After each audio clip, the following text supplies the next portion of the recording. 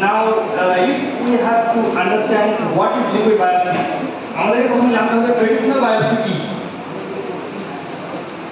Well, traditional biopsy হচ্ছে surgically removing a piece of tissue from a human body, which can be painful, risky, and as well as time taking. Liquid biopsy হচ্ছে সম্পূর্ণ different. It only requires a few milliliters of blood, and it detects the fragments of cancer DNA into the bloodstream and reveal everything. And now the question most of the audience are thinking right now, how does a few milliliters of blood can reveal everything so much? So if we have to understand, this is due to their molecular weight. And the VNTR sequences are used for DNA fingerprinting. It's known as mini satellites.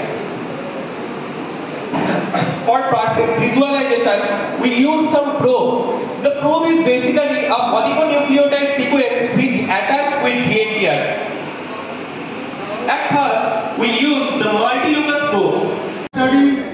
Genetic study আমরা কি করি?